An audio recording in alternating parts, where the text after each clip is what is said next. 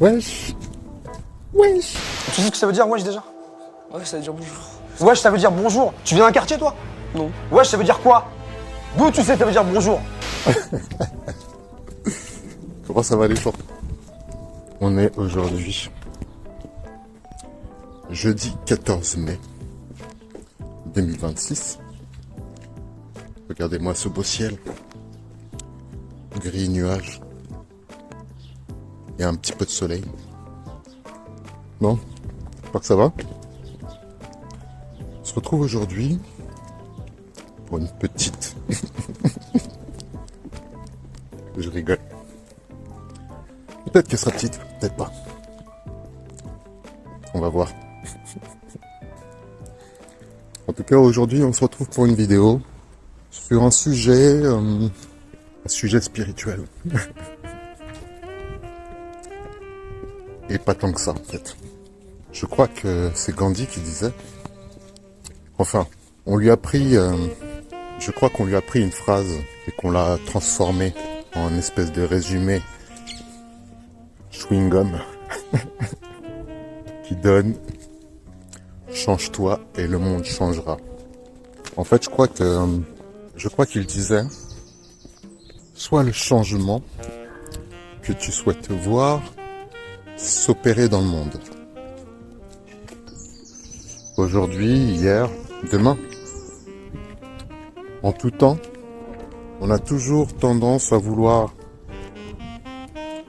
changer les choses autour de nous, dans le monde. On voudrait voir les choses évoluer, comme si tout autour de nous devait se transformer. Le petit problème dans cette perception, c'est que qu'en est-il de soi? Est-ce que le monde peut vraiment changer sans qu'il y ait des changements individuels? Vous savez, par exemple, j'ai posté une image qui met en comparaison 100 grammes de haricots rouges et 100 grammes de viande. Quels sont les apports en protéines, en fibres, en nutriments? En fait, j'ai posté ça parce que, si vous voulez, ça fait des années que j'ai commencé à me documenter sur le traitement des animaux, que ce soit les animaux domestiques, les animaux d'élevage, en élevage intensif, en élevage moins intensif. Et si vous voulez, quand j'ai commencé à me documenter dessus, j'ai découvert un monde de barbarie, d'atrocité. En fait, on est dans le satanisme presque. La violence gratuite, le mal incarné par l'humain. Et en fait, ça, vous savez, comme tout le monde, hein, la viande, c'est extrêmement bon. En goût, en texture. Il y a plein de plats qui mettent en valeur la viande animale. Je vais pas m'étendre sur ce sujet, mais je pense que c'est un petit peu intéressant d'en parler. C'est si facile d'acheter de la viande. Vous savez, sous plastique, bien filmé sous vide. On va au supermarché, on prend une barquette de viande. C'est simple, c'est trop facile. En vrai, je pense que si tout le monde devait tuer son alimentation, je pense que beaucoup de gens arrêteraient de manger de la viande. Déjà rien que ça. Mais après, quand on s'intéresse à l'abattage, à l'industrie de la viande, quand on commence à regarder les images de ce carnage, il y a une association qui s'appelle L214. C'est leur mission. S'infiltrer dans ce genre d'entreprise, dans ce genre d'industrie, et filmer en caméra cachée le comportement des gens. C'est-à-dire la violence gratuite. C'est des front kicks sur... J'en rigole, mais c'est par aberration en fait. La torture. Vous savez déjà que les animaux d'élevage, ils ont un destin funeste. En fait, ils sont carrément élevés dans le but d'être consommables.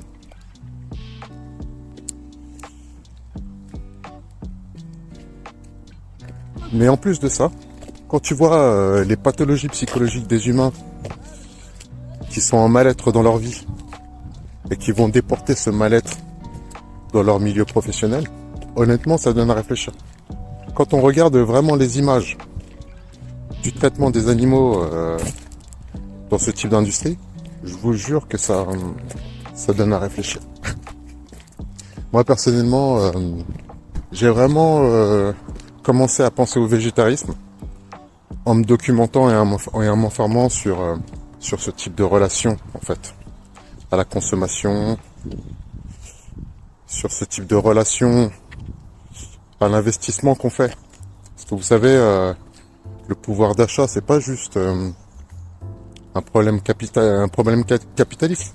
Le pouvoir d'achat, c'est aussi un problème d'investissement. Sur qui, sur quoi on investit.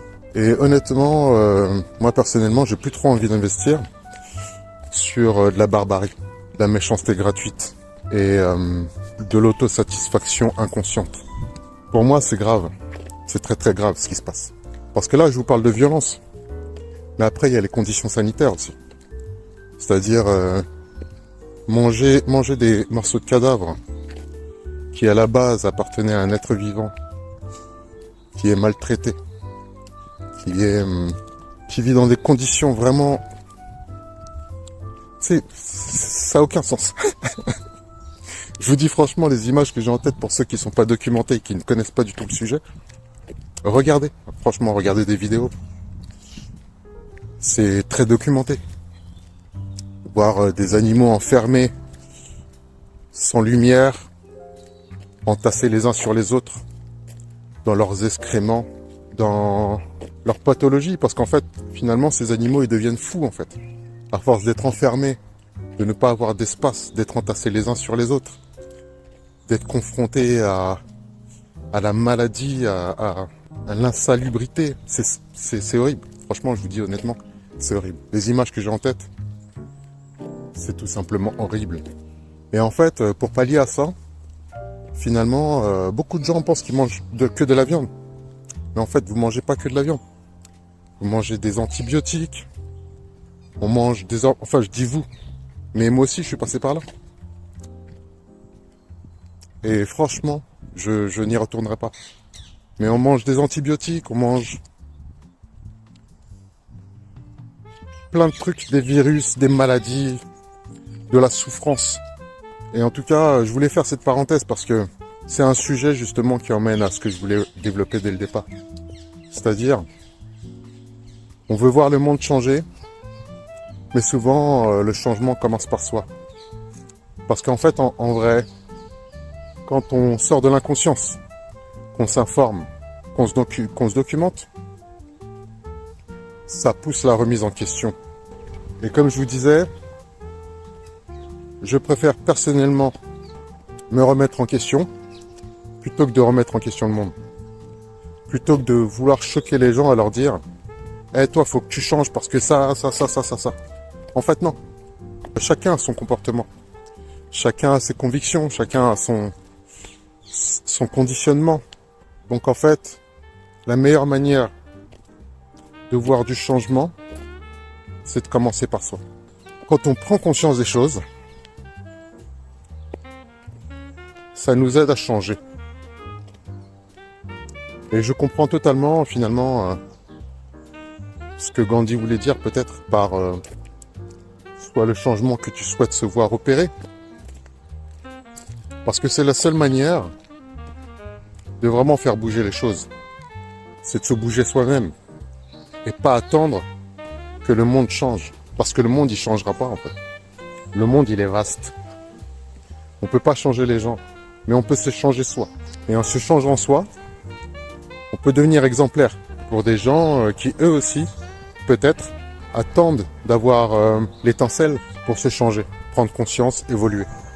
Donc finalement, je vous disais au début que c'était une vidéo qui pouvait être spirituelle, Parce que finalement, la spiritualité, c'est quoi? À mon sens, j'ai pas la définition en tête. Peut-être que je la joindrai à cette vidéo. Je vous parle pas de la spiritualité religieuse, même si d'une certaine manière ça la rejoint. Mais la spiritualité, c'est le contact, la connexion au non visible, les énergies, les vibrations, les fréquences, la conscience de soi, du monde, comment on évolue dedans, comment on ressent les choses. Je vous parle de la spiritualité, d'une spiritualité métaphysique. C'est pas une spiritualité qui est basée principalement sur des actes, mais c'est plus une spiritualité qui est basée sur la relation à soi, au monde. Et donc, d'une certaine manière, toutes les personnes qui attendent que le monde change, vous savez, par exemple, le vote. Ça fait, moi personnellement, j'ai 44 ans. J'ai eu 44 ans le 8 mai. Là. Depuis que je suis né, et depuis que je suis en mesure de comprendre ce qui se passe sur le plan politique, j'ai l'impression que finalement, on n'a pas vraiment de choix. Et je peux vous dire une troisième chose. On ira ensemble vers ce nouvel ordre mondial. Et personne, je dis bien, personne ne pourra s'y opposer. Avec la politique. C'est-à-dire qu'on nous présente des candidats qui très souvent eux-mêmes font partie de certaines classes sociales, qui sont pas toujours concernés par ce qui se passe vraiment dans le peuple, mais pourtant, on va avoir l'illusion du choix, de pouvoir choisir entre des candidats qui se situent dans des idéaux de droite ou de gauche ou de centre, alors qu'en fait, la politique, c'est tellement complexe. Il y a tellement de couches. Il y a tellement d'intérêts. Il y a tellement d'intérêts. C'est vraiment une question de pouvoir, en fait. Donc, par exemple, quand on écoute les discours politiques, en y croyant ou pas, et en se disant que si je vote une telle ou telle personne, je vais voir du changement. Moi, personnellement, depuis que je suis gamin, je vois pas de changement. Enfin, si, il y a du changement. Mais vraiment pas du tout en faveur du peuple, du bien-être commun. C'est vraiment toujours... ça évolue de plus en plus vers des intérêts financiers, vers des intérêts géopolitiques. Il y a aucune... il y a vraiment... J'ai pas l'impression qu'il y a dans la politique, il y a l'intention d'améliorer le monde, mais plus de gérer le pouvoir dans le monde. Comment ça peut voir? J'ai activé le mode ninja direct. Donc en fait, non. Personnellement, je pense pas que le changement vient d'ailleurs que soi. La meilleure manière de voir du changement dans le monde, c'est de commencer par changer soi-même. Je me suis donné un challenge aujourd'hui. Je voulais poser cette vidéo tranquille, mais tant mieux. Ça change un petit peu. Là, finalement, profite de la pluie un petit peu. Cette pluie nécessaire. Il y a beaucoup de gens qui vous diront « Ah putain, il pleut, ça me saoule. C'est un jour de merde. »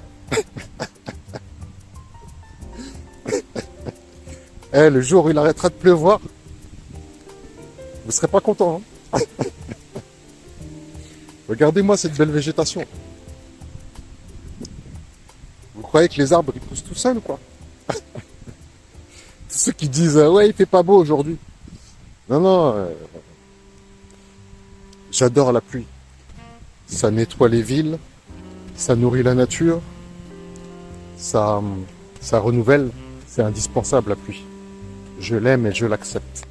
Comme j'ai appris à comprendre qu'il n'y a pas d'alternative au changement. Pour voir les choses changer, il faut commencer par changer soi-même. J'ai tellement de choses à dire. Il y a tellement de dimensions. Tellement de dimensions à ça. Au changement, à l'évolution. J'aurais fait ma petite balade. Tout en essayant d'apporter ma pierre à l'édifice comme d'habitude. Donc soit le changement. Bon. La pluie, elle est en train de troller mon téléphone. Carrément, la pluie, elle a appuyé sur stop. Elle a dit arrête de leur cramer le cerveau, arrête. Fous-leur la paix avec tes conseils et tes histoires à dormir debout. Non, non, mais sérieusement. Sérieusement, je vais conclure avec ça. Bon, je vais peut-être réussir à conclure. Soit le changement. Arrête d'attendre qu'il arrive de l'extérieur. Il ne viendra pas de l'extérieur. Il n'y a que toi qui peux changer les choses. Pour toi, pour ton monde. Tu ne changeras pas le monde. Mais le monde, il va te changer si tu évolues pas. Allez, portez-vous bien. À bientôt.